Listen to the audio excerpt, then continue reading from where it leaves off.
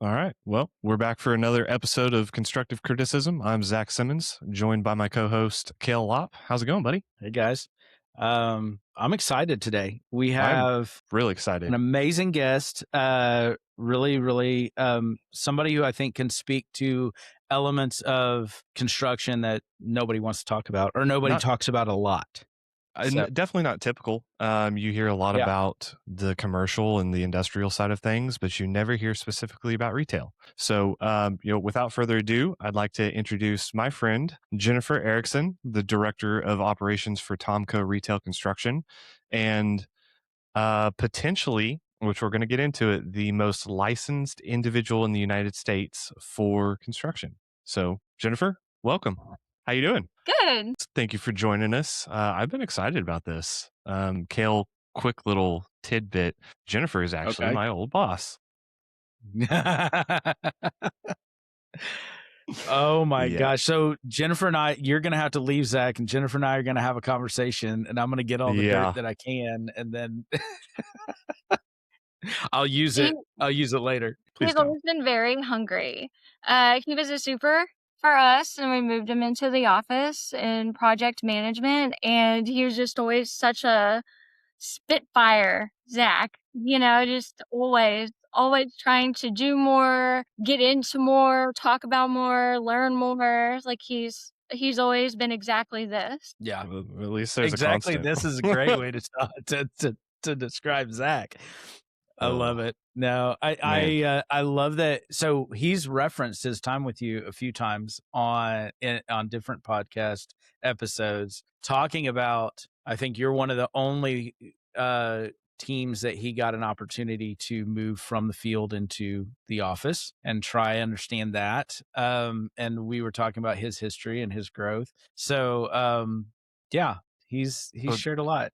He Jennifer's. never named you though. He's kept you hidden away. It's on the resume. That's okay. That's okay. I'm happy being in the background. I think if you're in operations, you are mostly happy being in the background. So Yeah. I'm good Yeah. with that. No, Love it. to speak to that, Jennifer was probably one of the most defining individuals as far as my journey through project management, and her capabilities. Learning from her really like kickstarted everything else that I needed in my career.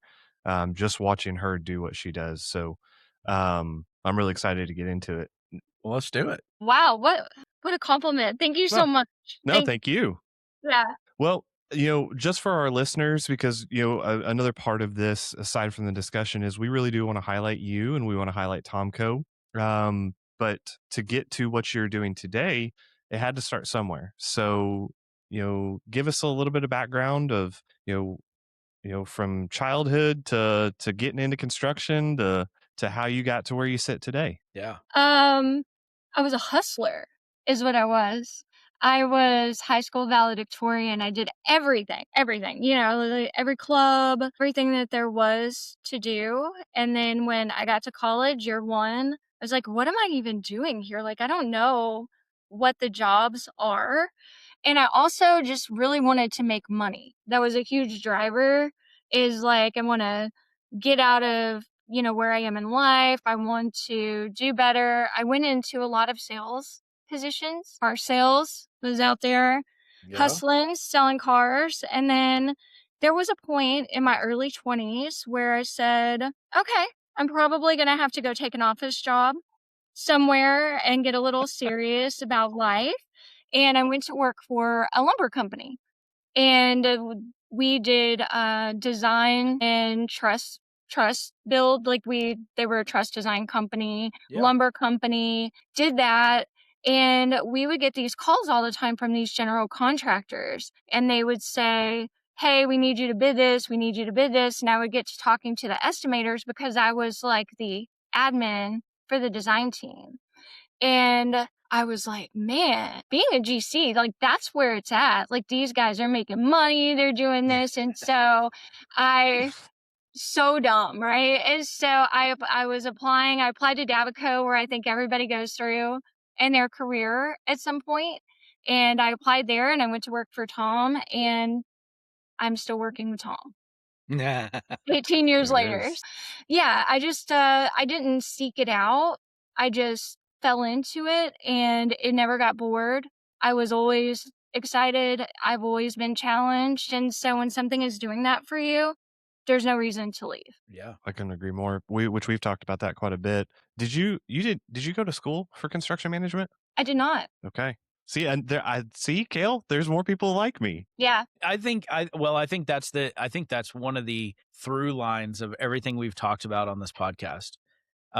Is the construction industry, unlike my side, where there's a lot of licensing involved before you can even put a pen to paper. On the construction industry, there's a lot of openness in the sense that I feel a lot of people, as you said, Jennifer, stumble into or fall into construction. They wind up in it, and then they find a love for it.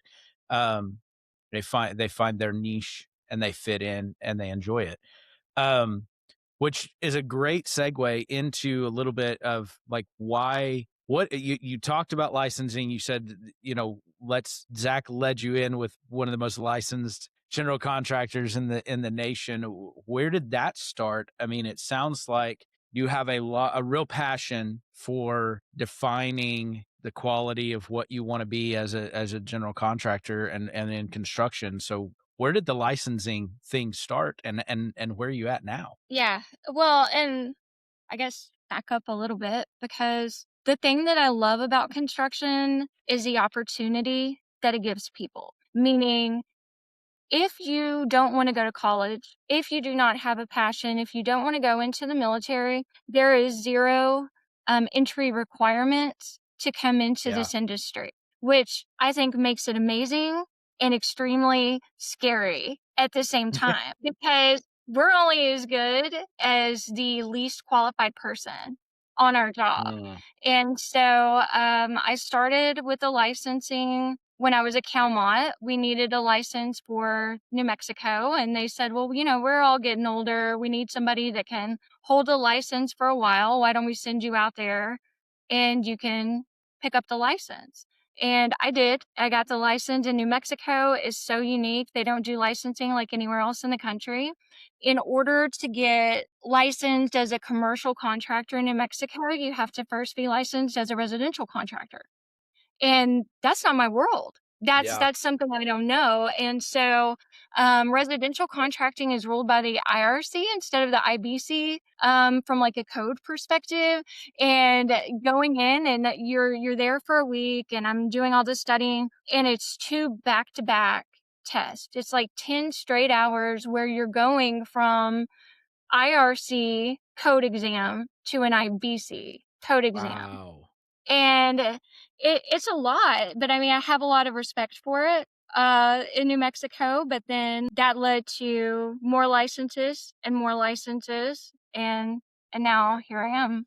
That's So awesome. here you are. How many licenses do you have? A lot. I think no, I love that answer. A lot. All it's okay, so it's tricky, and I think you have to kind of understand who requires licensing to answer that question. Okay. So, if you look at a map, licensing typically is done by risk, unless you live in the state of Texas. So areas that are super prone to natural disasters have the most people coming in and trying to prey on their constituents, the people that live in that state. You get a lot of predatory construction behaviors. So if you look at a map in areas where there's like really high natural disasters, that's where you have licensing. And so Washington, Oregon, California, the Carolinas, Virginia, Florida, Georgia, Mississippi, Alabama, Louisiana, not Texas. Texas, we don't have it. Oklahoma, the same. That must be crazy for you guys. Zach even said something to me. He was like, we have more licensed roofers. And I was like, well, that makes sense because you are a tornado state. Right. So licensing following risk is going to mean that the most predatory trades are going to be what's licensed. So, yeah. Well, I don't know. I'd love to get your perspective on the licenses itself because, at least like what Kale and I have talked about, which one, we've been carrying the torch for really the last year, talking to senators and talking to legislators, trying to get Oklahoma to stand up a general contractor's license. Not for the sake, because we're not in favor of red tape. We're not in favor of more regulation. But, for example, like kind of what we talked about before the episode, we have, I believe it's like 14,000 residential roofers, which you don't have any requirement to show history or capabilities within the space. You have to have a heartbeat and a GL policy, and that's it. And you're a licensed roofer. Um, Heartbeat optional. yes, exactly. Yeah. And so, when you see that, which obviously we are our MEP trades, they're the only other licensure that we have in the state. We have an abundance of, I call them chuck in a truck of, it's Facebook contractors, contractors that don't have an LLC and it's just them. And, they got a couple guys that help them. And the problem is they are active in city, state, federal work, competing against, people like us, actual firms. Um, so I'm curious your perspective, like where is licensing beneficial and where does it kind of miss the mark? I think everyone thinks about licensing the wrong way. Uh, for me, licensing is leveling the playing field for all contractors, and it's enforcement. Even the best well-intentioned contractors, like let's take Texas, if they've had no formal training, if they're not sitting in my seat where I've had to get a ton of licenses, where I've done business law all over the country, where I've taken these exams all over the country, they don't know what to look for. They don't know about the things that are ruling their industry. And so what happens is some of these guys and gals, they work in the industry, they work their way up, they become really good at whatever their trade is. And then they say, well, because I'm really good at this, I want to have a business that does it. And they don't understand the business side of their business. And that's where licensing kind of equalizes things, because it's making sure that everybody can pass something that is saying these people have the minimum required information. They're all working with the minimum required information. And that was super shocking to me, probably 6 years into my licensing journey. In the beginning, when I would get the licenses, they would say, oh, you need to have 5 years experience. And you have to give all these affidavits. Like, this person says, oh yeah, she's been in the industry 5 years. She's been doing this for 5 years. And that seems, a couple years into it, I was like, man, that was really backwards, because why don't we teach people what they're doing in the beginning? Like my daughter just got a driver's license and she got a learner's permit and then a provisional license and then her driver's license. And it seems like the simplest thing. But if you want to go into construction, why aren't we saying, hey, let's give you the driver's ed class. Let's Hmm. give you the minimum information and we're going to set you out with a learner's permit. And then you're going to be provisional until you've hit that 5 years. I like that. And then you can go into it. Like we're not educating people on how to be business owners and to run good general contracting companies out there. We're expecting that the industry is teaching them about business and accountability. And then we're saying, okay, well, you've done it and you've survived. So now you can become a licensed contractor. The system is just a little backwards. Definitely I backwards.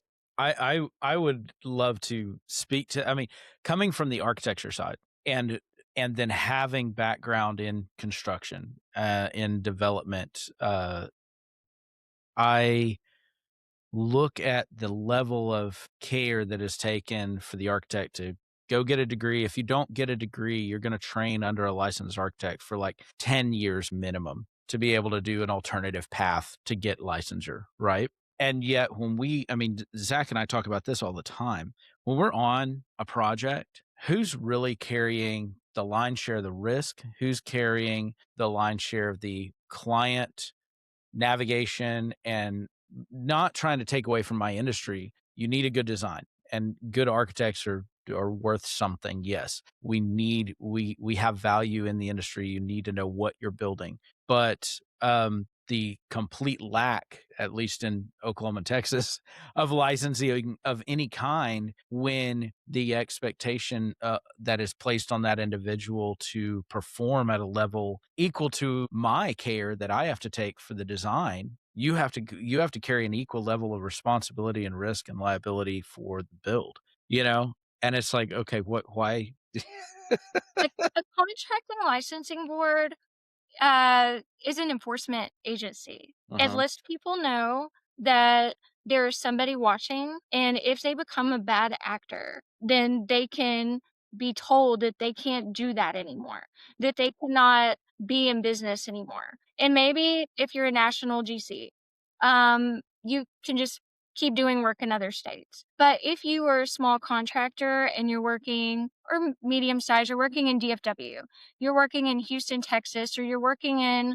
whatever little city you're from, and this is 100% of your business, and then the state of Texas says you can't do that anymore, you've lost your livelihood. Right. And so people behave when there's rules and enforcement. And again, I don't think that most people are ill-intentioned. When Right. they go into this industry, they're trying their hardest, but they're not getting any formal education on business, and they're not getting any formal education on international building code, energy code. They're not being given this information that is actually dictating our entire industry. We're depending on architects and other people to put it on a set of plans for us. And then we're like, oh, we don't know. But that's not the case in other states. In other states, there's a huge liability through licensing that the contractor knows those things. But that isn't true for Texas, Oklahoma. That's Well, so interesting. we've talked about that before, which Kale, by the way, looks like you got touched by an angel going on your camera. While he fixes that, we've talked about that quite a bit before, where there's no stick in Oklahoma, and, in Texas for that matter as well. We have a lot of, I wouldn't, I won't publicly say predatory contractors in the market, but there is aspects of the competitive nature of the market. And specifically, speak to Oklahoma. Last year we bid 2 or 3 jobs that had a very, very similar outcome. We would get down into plus or minus 1% of the bid field, and then there would be one contractor that would be anywhere between 3 to 7% low. One job, it was the total cost of the pre-engineered building that they were lower than us and lower than the bid field, which ultimately they got the job, and then immediately turn around and the day contract is signed, submit a change order for every error that they have found in the plans to say, okay, we're not mobilizing until we have a change order for all of these plan errors that are constructability issues.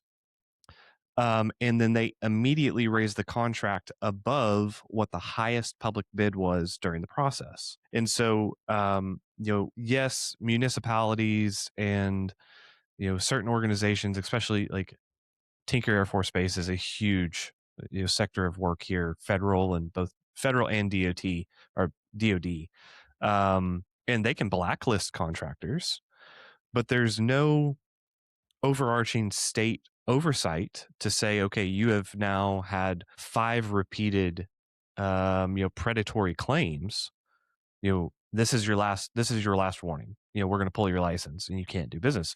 And some of these contractors, some of these businesses, they've been in business in Oklahoma for 50 or 75 years, doing the same thing for the last 30 or 40 years. So, again, there's a lot of people complain, and especially like when we've talked to legislators, Oklahoma being a conservative state, Texas being a conservative state, their immediate response is more regulation on small business. Absolutely not. I want to get reelected.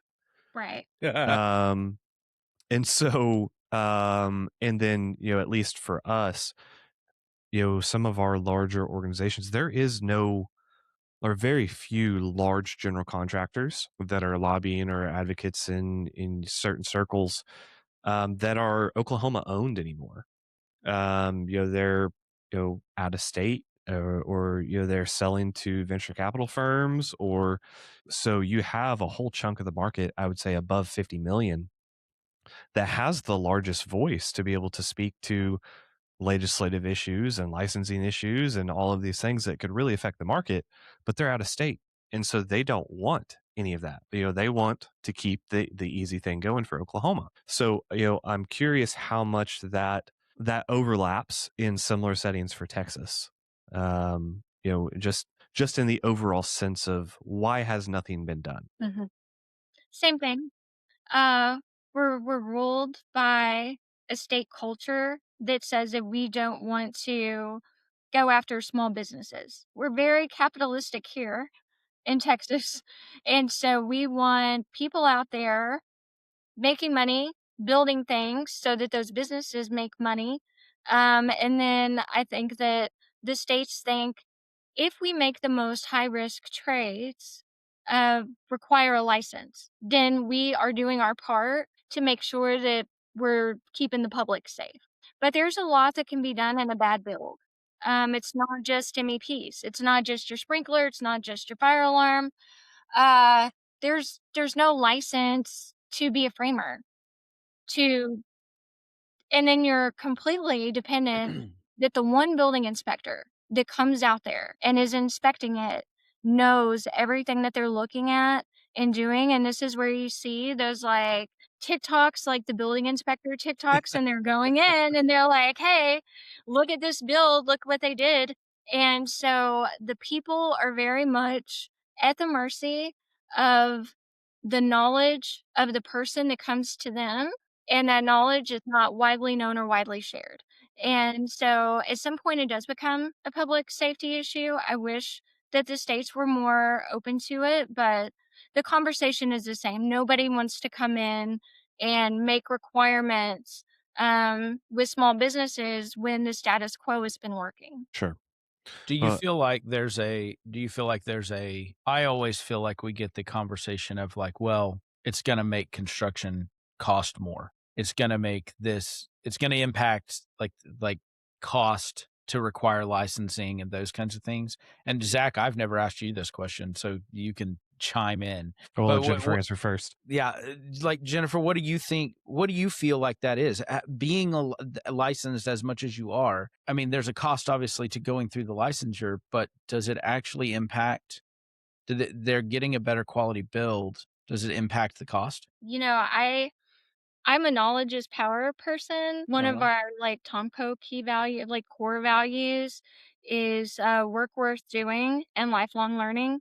And I think that the more knowledgeable you are, the more you're going to get ahead of things. You're going to be able to prevent issues that are costly from happening. You're going to be able to run your business better. I think that it is a cost savings. Like we are running, in my opinion, a more efficient business because of what I know. And that comes from a lot of knowledge that the people here in Texas aren't getting if they're running a construction company. I'll Zach? chime in on that too. Yeah, no, I completely agree. Well, and it's the same. We ran a data analysis on which subcontractors to select in various situations, and especially like in a design build setting where you have some variable option. You don't have to go low bid. You know, when we selected the cheapest contractors out of the bidding field, um, they every single time there was not one occurrence that they did not end up higher again than our highest bid during the bid process. Yeah. But if we selected the median contractors, we had the fewest amount of change orders by anyone. So, I think that sentiment shares the same kind of outcome for the general contracting side. Really, you're not making it necessarily any more expensive. You're just cutting out well, I won't call it trash, but you're cutting out the bad actors and the people that were never going to remain that price at the bottom of the market, and you were never going to get the quality that you needed, and or it's going to turn into a legal situation where you're going to spend way more than what you would have if you'd have just hired a qualified contract. Go ahead, Jennifer. Go. Really, Okay. I have a really weird take on this. I almost border on some of the things you're talking about as being unethical. It I'll tell you why. we all here in our businesses, you know, the employees want more. They want a specific culture. They want certain benefits. They want these things. And then that is creating longevity and tenure and employees in a world that's telling people go change jobs every year. This is the way. And we're not immune to that. Just because we're in construction doesn't mean that the people working with us and that our team members don't have those same expectations as everybody else. And our owners, particularly in the retail world, are some of the most progressive companies out there. We work for the coolest companies, and they are so progressive and they do so much for their employees. But I think that when you start looking at construction and then the subs we're hiring and the people we're hiring, we forget that those companies are also just trying to do their best by their people. And by doing your best and treating people a certain way and creating those types of cultures, um, it costs a little bit. And if you constantly go to low bid, if you're constantly hitting low bid, you are hiring somebody that's somewhere within their organization, somewhere in their system. They are making compromises with the level of employee that they're bringing in, and it's going to come at somebody's expense.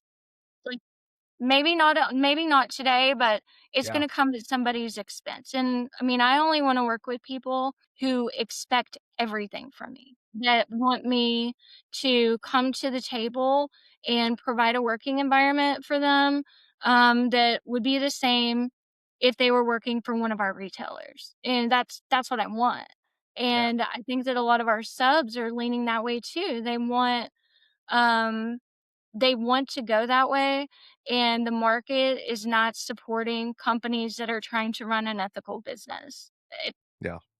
Low Right. bid low bid doesn't support it. Well, and I would argue that, and maybe I feel like in some ways I'm summarizing what you and Zach have both said in this. I feel like the municipalities, the cities, the states are looking at risk as just what, can the pipe burst? Can this happen? But we're not evaluating financial risk that the owner is taking or the impact to the contractor. So when you don't have a licensed framer on there and we have a framing issue and the impact that that can have, especially if it's not caught early enough. I mean, I've been on projects where it's guys, we might have to take the roof off this thing.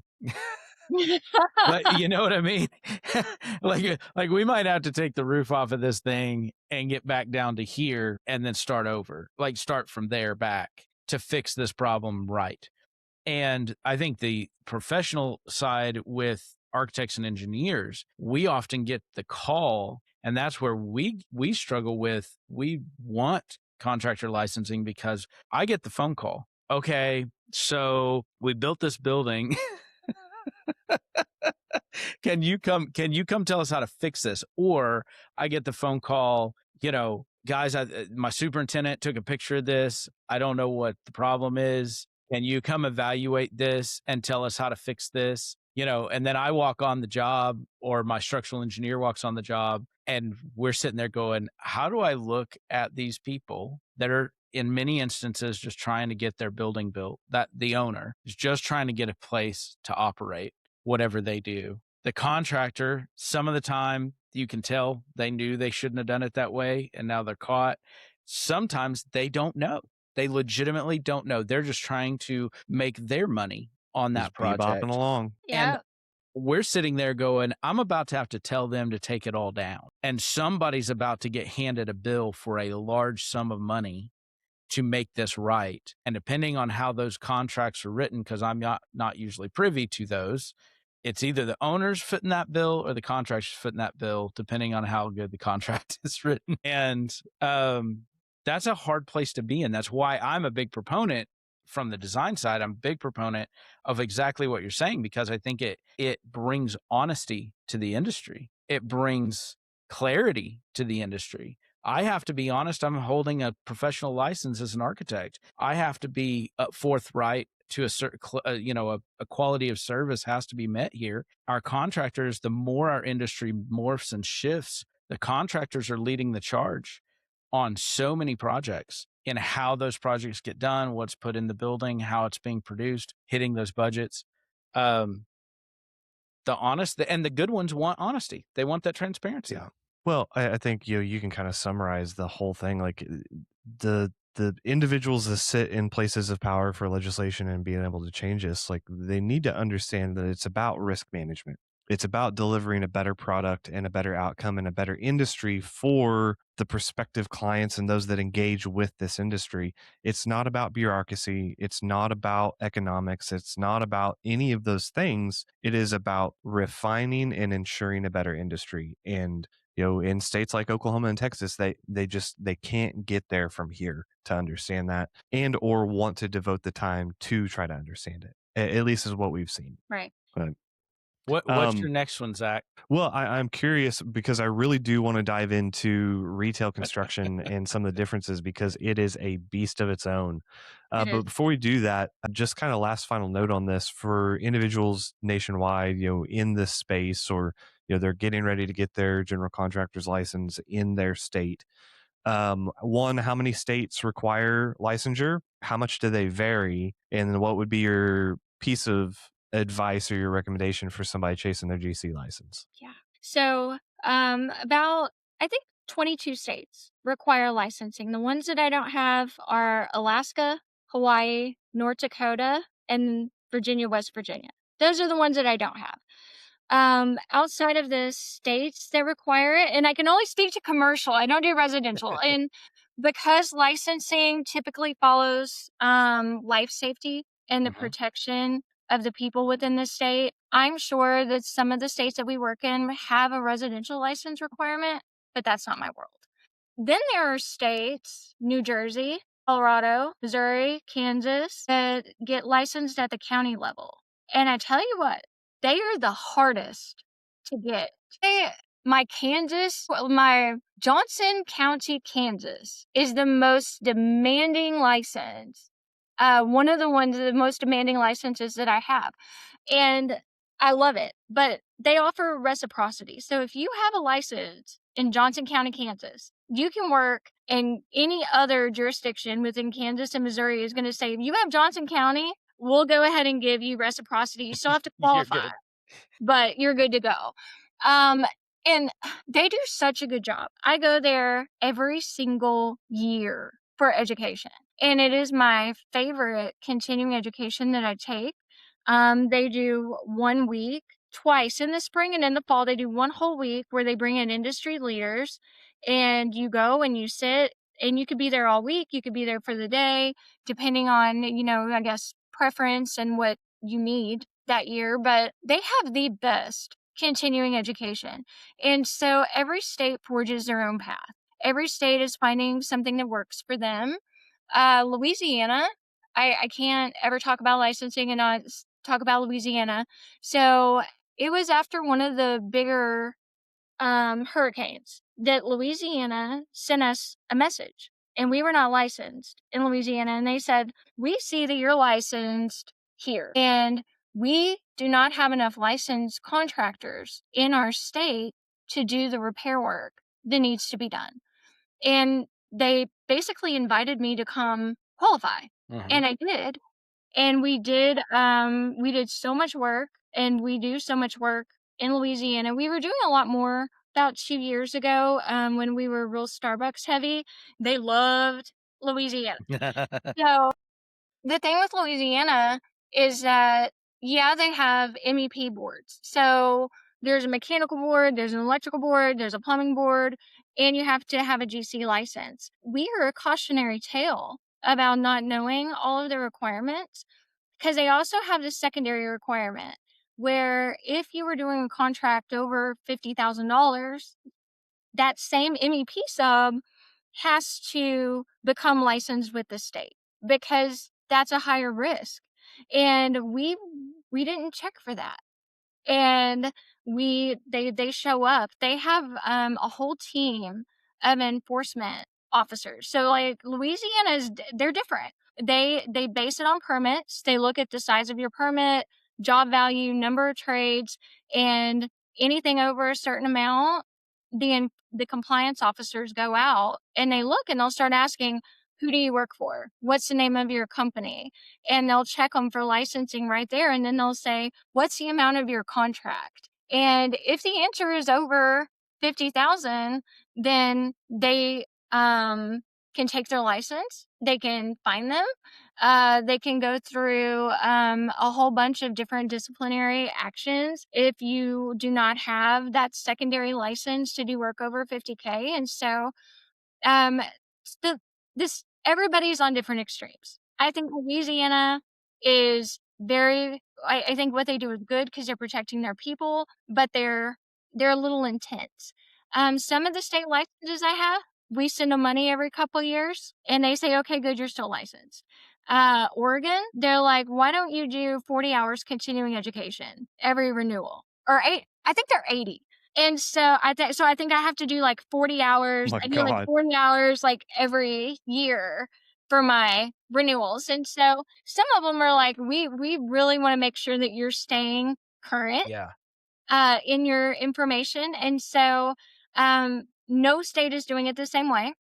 No jurisdiction is doing it the same way. And it doesn't have to be a whole thing. You don't have to be in Oregon or Louisiana. You could be Arkansas. Arkansas, they give you a license once, and then as long as you keep up with your money, you never hear from them again. And so I think that there is an entry point where states could um, start introducing licensing in a way that is not scary to people. It could be as easy as kind of like a city business license, where you register. Just register. Just yeah, say, "Hey, I'm out here and I'm doing this. This is the business that I'm in." Yeah. If there's one kind of final question on that, if there is one state, which sounds like shout out Johnson County, is Right. there Yeah. one state or one process that you would say if you want to template it, if you want to follow somebody else's lead, if you're trying to institute a license for either your city, your state, your county, a tribal nation, follow this template, what would that be? NASCLA. So I did the NASCLA test. I was probably 2 or 3 licenses in, and then I heard that this test exists, this NASCLA exam that is so in depth and so difficult that 16 states accept it. They say if you can pass this test, then all you have to do is our business law, and we don't have a construction testing requirement. Because most licenses you test for code and you test for business law, and there are two, and you have to test them separate. But this exam is so in depth. If you get it, it takes off the construction exam requirement for 16 states, last I heard. It's an open book test, and you can only take in what you can carry. And I carry 23 books into that test. Heck yeah. 23 books. And but it's whatever you can take in. And I mean, I learned so much taking that exam because I had to learn everything. I had to read a book on masonry. I had to read a book on concrete. I had to read a book on carpentry. If there was a book made for a specific trade, I had to read it to take that exam. And I don't think that they have the same requirements to take that exam as states do. They don't care if you've been in business a certain amount of time. It's a way for you to educate yourself, and then it's up to the state what actual experience they require from you on whether they're going to issue you a license. But getting the NASCLA is just a great first step. And there's so many NASCLA training programs out there. It's kind of like the PMP, but I mean, it's the holy grail of construction testing. Yeah, it's great. Okay. All Well, right. Retail. yeah, let's shift gears a little bit here. Because I grew up in commercial industrial. That was what I was comfortable with, and then at least for me personally, shifting into retail, I don't know if you could tell, but it was a slap in the face. It is just so different, and I don't think, because at least especially the broader public, and even prospective, developers or, clients that are in, the building space or the development space, they see a general contractor as a general contractor. Oh, you guys, well, these guys have built a few more stores than these guys. But what you do is so niche specific in retail, and it is so different from everybody else. Um, it moves at a different pace. The subcontractors are different. It's different logistics. Um, can you speak to just, through your career, how you've seen retail shaped, and how, what are the main differences from your regular commercial construction and then what Tomco's doing? Retail construction is the game of repeatable processes. We will do a remodel anywhere USA, and the owner will say, "Yeah, we like that. And we have 3,000 stores. So let's go do that in all the other places." And if you're in that world, then you may do 50 or 100 of the same remodel in a year. The exact same remodel anywhere USA. And so retail is a game of repeatable process. It is perfect a process, get people that are experienced and know the work. Some of your crews may need to travel so that some of the key things, the key functions, you're not having to relearn everywhere. Some trades have to stay local. Your MEP trades, you're always going to source those locally, of course. But it's fun. What makes it so different, we're completely guided by operations. Probably more so than other industries because we're working in at least in the retail remodel game, we're working in open spaces and it's customer facing and there are people there working, the store teams that are there working. And so we are really at the mercy of all of those personalities. We're at the mercy of operations, and construction is like the lowest end of the totem pole. We are at the bottom, and so everybody above us is telling us what to do, and we fall in line. We are ruled by operations. We're not necessarily ruled by the company's construction team that's dedicating and saying like, "Hey, this is how we're going to run the construction project." It's being driven by what can the store team keep up with us and do on a daily basis? How much can they man to? How much can they merchandise, demerchandise, remerchandise? What can we do without impacting our customers? And so from that perspective, we have to be a lot more creative with our phasing. We have to really think through holistically the people that are impacted by construction and not just the project. It's not just looking at it and saying, okay, this is what we got to do. We're going to go in and paint a store. We have to think, okay, how are we going to paint a store where when it opens at 10 a.m. the next day, it looks like nothing has happened. And then the next night, we're going to go in again and we're going to do the next section. Tear it all And apart. the next day, it has to look like nothing has happened. And so it's so much fun. It's really, really fun, but we are in a people game. We are driven not just by the work that needs to be done, but how we move that work around the people that are living in those spaces while we're doing it. So it's great. I love retail construction. That's all. I mean, just hearing about it because I haven't done on the construction side anything like that. And design, yeah, we've designed retail space, but seeing how it gets done, most of the time we've done it in shell. Like we're coming in, we're the first, we're doing the design for the first iteration. We're not touching the remodels. We haven't done a ton of remodel stuff. And so the level of detail that you have to be thinking about when you're just sitting here describing this to me, the level of detail, I don't know a contractor that I've worked with yet. Zach, I love you. That thinks about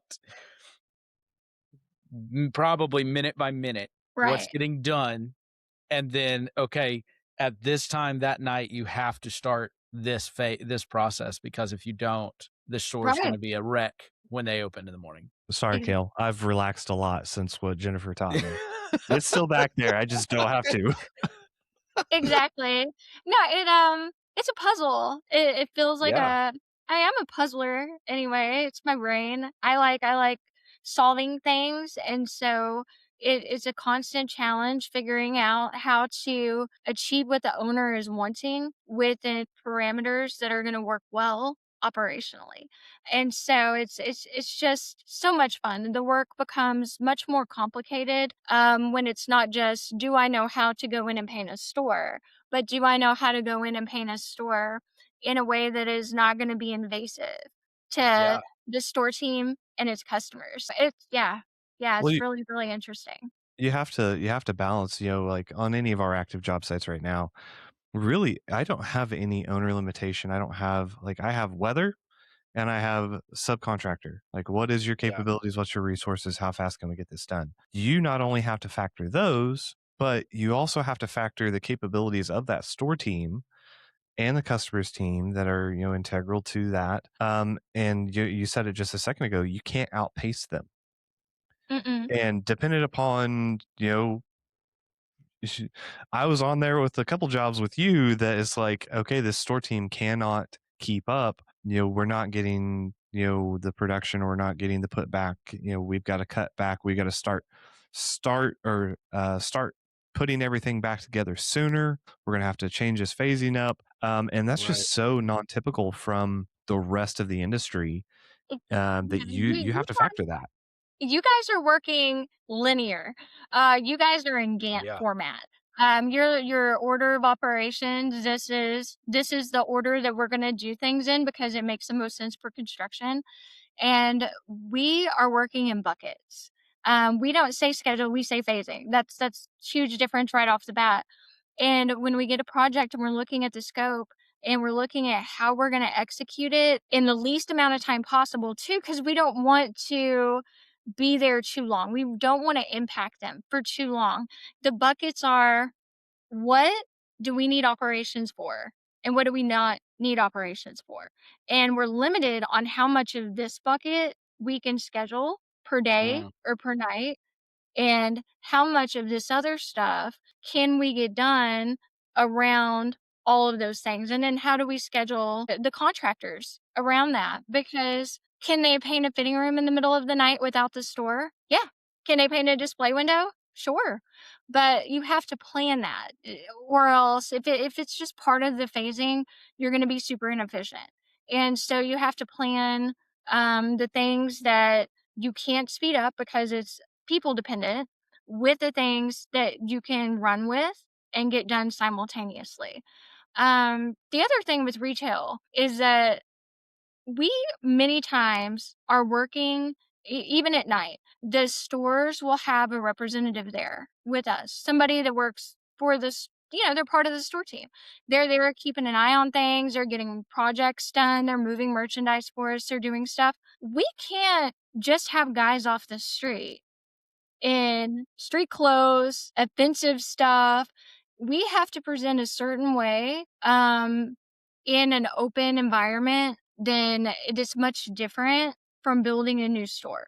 And some companies have uniforms, as people do vests or whatever, but we really have to make sure that like the whole person is presenting in a way that's going to make the people that are there in the building with them feel safe, comfortable, and that we are looking professional to those people. I mean, we're very, very customer facing all the time. Well, I mean, for the perspective there, who your superintendents are interacting with is the same young, typically women and men that are, checking you out at Old Navy. It's the same high school students, the same college students that are there supporting the construction operations. And a lot of these being open store remodels, it is, starting 8, 9, 10 o'clock at night, going till 8, 9 o'clock in the morning. You're 3 a.m. in a major metropolitan area, or maybe not, maybe a rural area with an open back of house garage door to a commercial parking lot. And it's you and the construction guys. So um which, and I will say, just from the internal knowledge, the privilege of that, you guys run a very tight ship, and you should be very proud of that, and you should be proud of the culture that Tomco has created, in how you guys present yourself. Thank you. To that a little bit, which because I want to pick on architecture in this space just a little bit while we Let's got Kale go. cornered. Let's go. What goes into finding the right people? Like you as the director of operations for Tomco, what are you evaluating when you're gauging both your office team and your field team for these interactions? Because like you said, these Fortune 500 companies are very progressive. They want service, they want good interaction. So what are you looking for when you're sourcing individuals for your team? Yeah, understanding construction is not enough in our world. We can't just hire the superintendent that knows how to build a store. We can't just hire the superintendent that knows how to remodel. We have to hire the superintendent that can do all of those things, but also be a translator to the people around them, to translate very technical construction information in a way that the person who's there running the register is going to understand and feel comfortable with. They have to be customer service reps for us out in the field. They need to be approachable, friendly. They need to be all of those things. And so we're looking at the whole person as much as we're looking at the knowledge. Who is going to make our clients feel comfortable that they can hold our clients' hands? Because even on the owner side, for us, most construction managers, Cole, you did construction management. Most construction managers have a construction background. In the retail space, a lot of the corporate construction team were people that were moved up within the company to construction. They Right. they've never been a part of construction.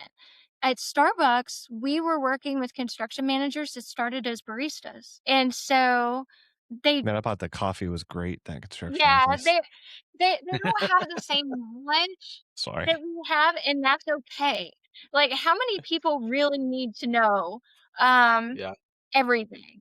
That's Yeah. y they don't need to know those things, but they need to work with contractors that do.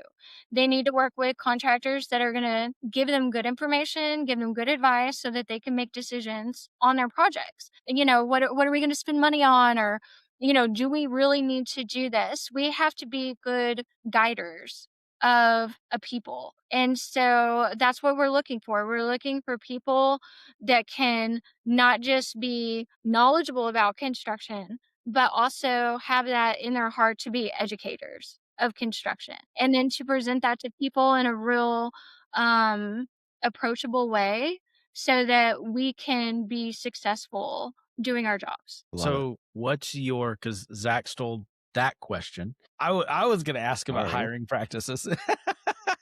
My bad. Yeah. No.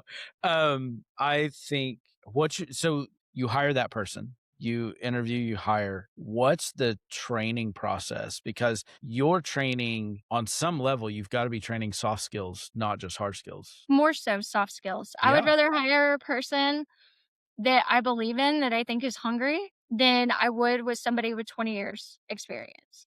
Gotcha. Um, it's I tell our people all the time, "Hey, if you're worried about construction, you're overthinking it, because everybody can do construction. Every Look at all the people who do construction. Construction isn't hard. It's the business that's hard. Like there's only one way to Yeah. paint a wall, but Yeah. there's 20 different ways that you're going to present that, talk about it, deal with the problem. If something goes wrong halfway through, somebody picked up the drywall can and started rolling it, there it's not about the work as much as it is about dealing with what's happening as a result of the work. If I have somebody that can really get in there and make good decisions under pressure, that can be really overly communicative, somebody that I know is bringing transparency to the game, that's talking to the supers all the time, that's talking to the owners all the time, them not being able to speak to every technical element of construction is not critical. That's not what's going to make or break them. I could have somebody who knows everything that there is to know, but if they're not communicating with their owners, if they're not communicating with their supers, their projects are going to fail, because you need transparency. We know so many things in our seat. We know all of this herd knowledge. I have 20 years of knowledge about Gap stores floating around in my brain rent free. But is that going to give down to the guy who walks onto the job that I'm never going to meet, that doesn't know me, that I'm never going to know them, and they're there to start remodeling our store?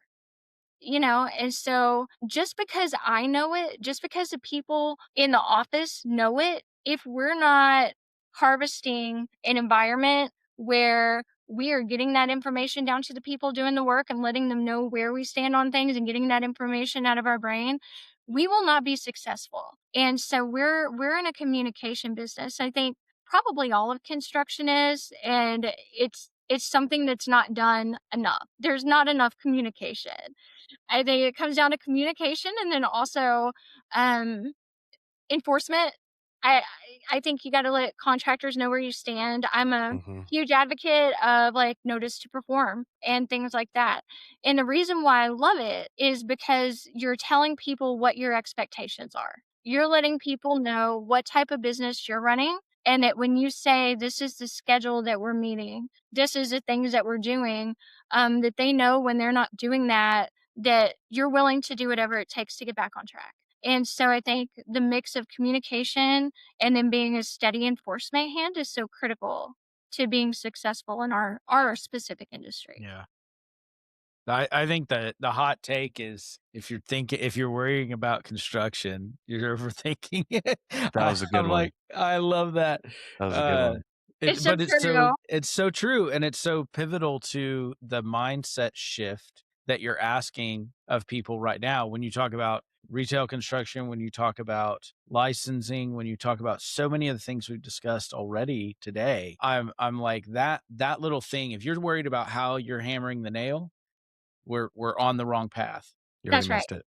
you know? That is 100% correct. Yeah. Well, I wanna touch on this real quick because Kale doesn't get beat up enough in these episodes. In closing, I want to get a hot take from you from where you sit, which, and I will say, a lot of times plans for retail are very minimal. It can be 1 or 2 pages. So, there is a difference from the, doing a ground up structure.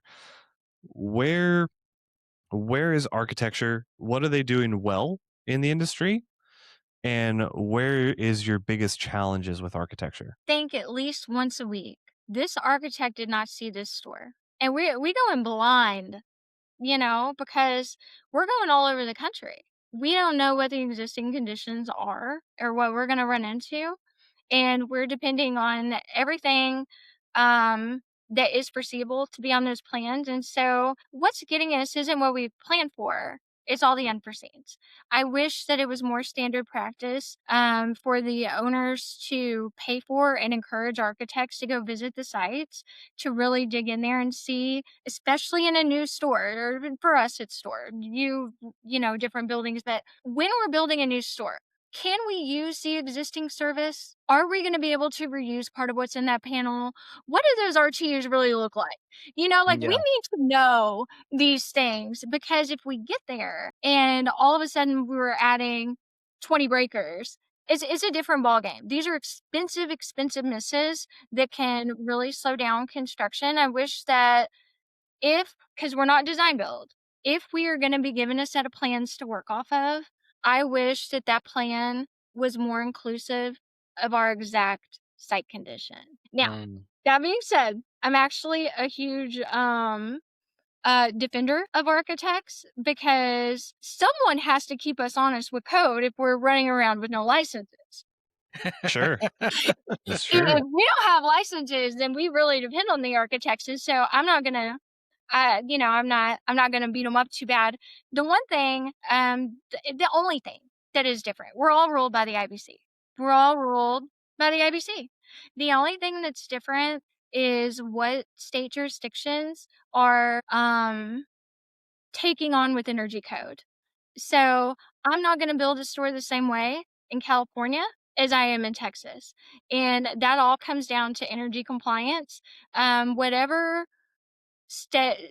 whatever version of energy code that state is adopting is going to impact construction more than anything. And so if you're an architect working in multiple states, be familiar You know, you don't need a current limiting panel in Texas. You Mhm. just keep adding more to the grid. But you do in California. Yeah. And so I think if you're not going to know anything else, understand what the energy code is for the jurisdiction. I love that. So I'm licensed in 3 states currently: Texas, Oklahoma, and Montana randomly. She's got you Okay. beat. I know she's got me beat. I read her LinkedIn. No, I think one of the things that I think your comment is very, very telling to the nature of design, and we've seen it just in the small amount of retail that we've done. The speed with which, I don't know how many times I've been asked to design on retail, and they're like, "Oh, by the way, we signed the lease 3 weeks ago. We are supposed to be in the space in 2 months." And I'm just like, "Guys, seriously." But the care that has to be taken in documenting what is currently in the space when we're going in and we're remodeling or infilling a shelf space, um, is critical. We've shifted completely, and this is leading to a little bit of a question, and then I know we're running on time, so if you need to cut me I, off, I'm you good. can cut me off. I'm good. We've gone almost completely to 3D scanning of every space every time, and then we do a full photo suite on all the panels, RTUs. Like, we want photos of the tags, we want photos of all this stuff, so that we can get a good picture of where everything sits, and then put that stuff on the plans if we're doing a TI type process. But I don't feel the time being given in most of these instances. The owner doesn't understand the value of that. And so they're like, "Well, why can't I just want these 5 walls, and I just want Hmm. this and this and this. Why can't we have that next week?" You know, we're Tomorrow. Right, right. But it's refreshing sometimes to understand if we can all work. And again, I think this goes back to even the licensing, but if we can work together to get that done. But the big key factor for us that we've seen in addressing the issue that you're talking about of as built and current, like, what is that site? Where are we at in that site, is technology with 3D scanning, with those kinds of things. How has technology impacted your industry, impacted how you guys move, impacted the speed at which you can move at? Like, give me a quick hot take on tech in the construction industry, specifically retail construction. When I started 20 years ago, it took us 14 weeks to build a store. Today, it takes us 14 weeks to build a store. There's a lot of things that can be improved upon. There's a Yeah. lot of things um, that can make the process smoother for the people involved in it. But there are some things that you're never going to change. We went to Procore a couple years ago. Could talk about that a ton. Love it. It brings a level of transparency to our projects where everybody can see everything in real time all the time. If people are going and looking at that real time information, it's useless. And if they are using that information to take the place of an actual conversation with the people involved in the project, um, then the projects are going to fail. So I love the technology. I'm our biggest tech nerd around here. Like, I love the technology. I love bringing in new stuff, but at the same time, superintendent is not going to put everything that needs to be known in a daily report. There are things that happen in organic conversations that will always have to happen to be successful. And so, no matter how much technology we have that can make the process of construction Yeah. smoother, at the end of the day, it's still going to take what it takes. It's still going to take that amount of time. What we can do with the technology is to provide a better service, a smoother service, and a smoother process by being more informed in real time and then adapting and adjusting to stuff that's coming up. And so technology is useful, but it's never going to change our industry Yeah. Okay. I love fully. that. Fully. Yeah. Completely. Fair um, enough. you want to wrap up with a few quick closing takeaways, Zach? Do we Sure. have time for that? All Yeah. right. Let's do these 3 questions on our hot takes, and then I want to get Jennifer's elevator pitch for Tomco. That's what I was going to ask for is Give me your summary, but we'll save that one for the end. Okay. I like jumping into hot takes. Yeah. So the way that this will work is you're just going to finish my sentence. Okay. G's, it'll be okay. You'll be all right. I'm so GC, bad at this. Oh wait, hold on. What are they? Hold on. Let me try to. oh, hang on. I just answer it honestly. You'll be all right. GC licensing is misunderstood because People don't know enough about it. okay, I I love like it. it. Owners don't realize how much risk they're transferring when That's a, Gee, all of it. You're killing me with these. I can't complete these sentences. don't make her complete the sentence. What do you see? Owners don't realize how much risk they're transferring when give us anything you that just you did see the as same like a thing. major. Yeah.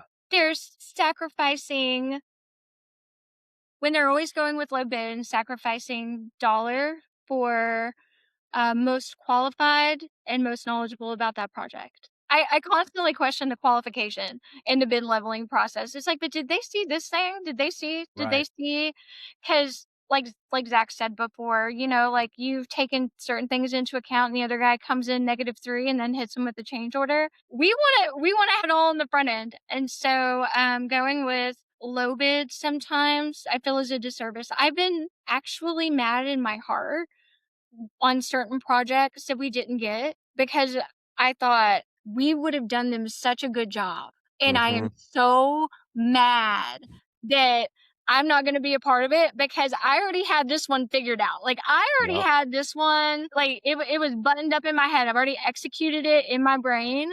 And I'm so mad at their decisions sometimes because I think, we were the most qualified. Maybe we weren't the lowest, but we would have done the best job. I just had that exact thing a couple weeks ago. Kales knows what I'm talking about too. It's just like, oh my God.